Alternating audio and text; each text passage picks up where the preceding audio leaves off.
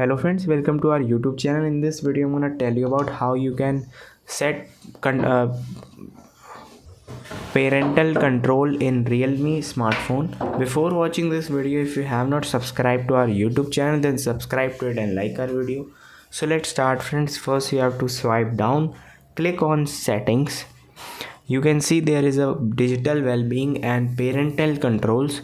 You have to click on it and swipe down. Here it is set up parental control. You can just get started. Supervise this phone remotely with the family link app for parents. Keep an eye on screen time and set limit as needed.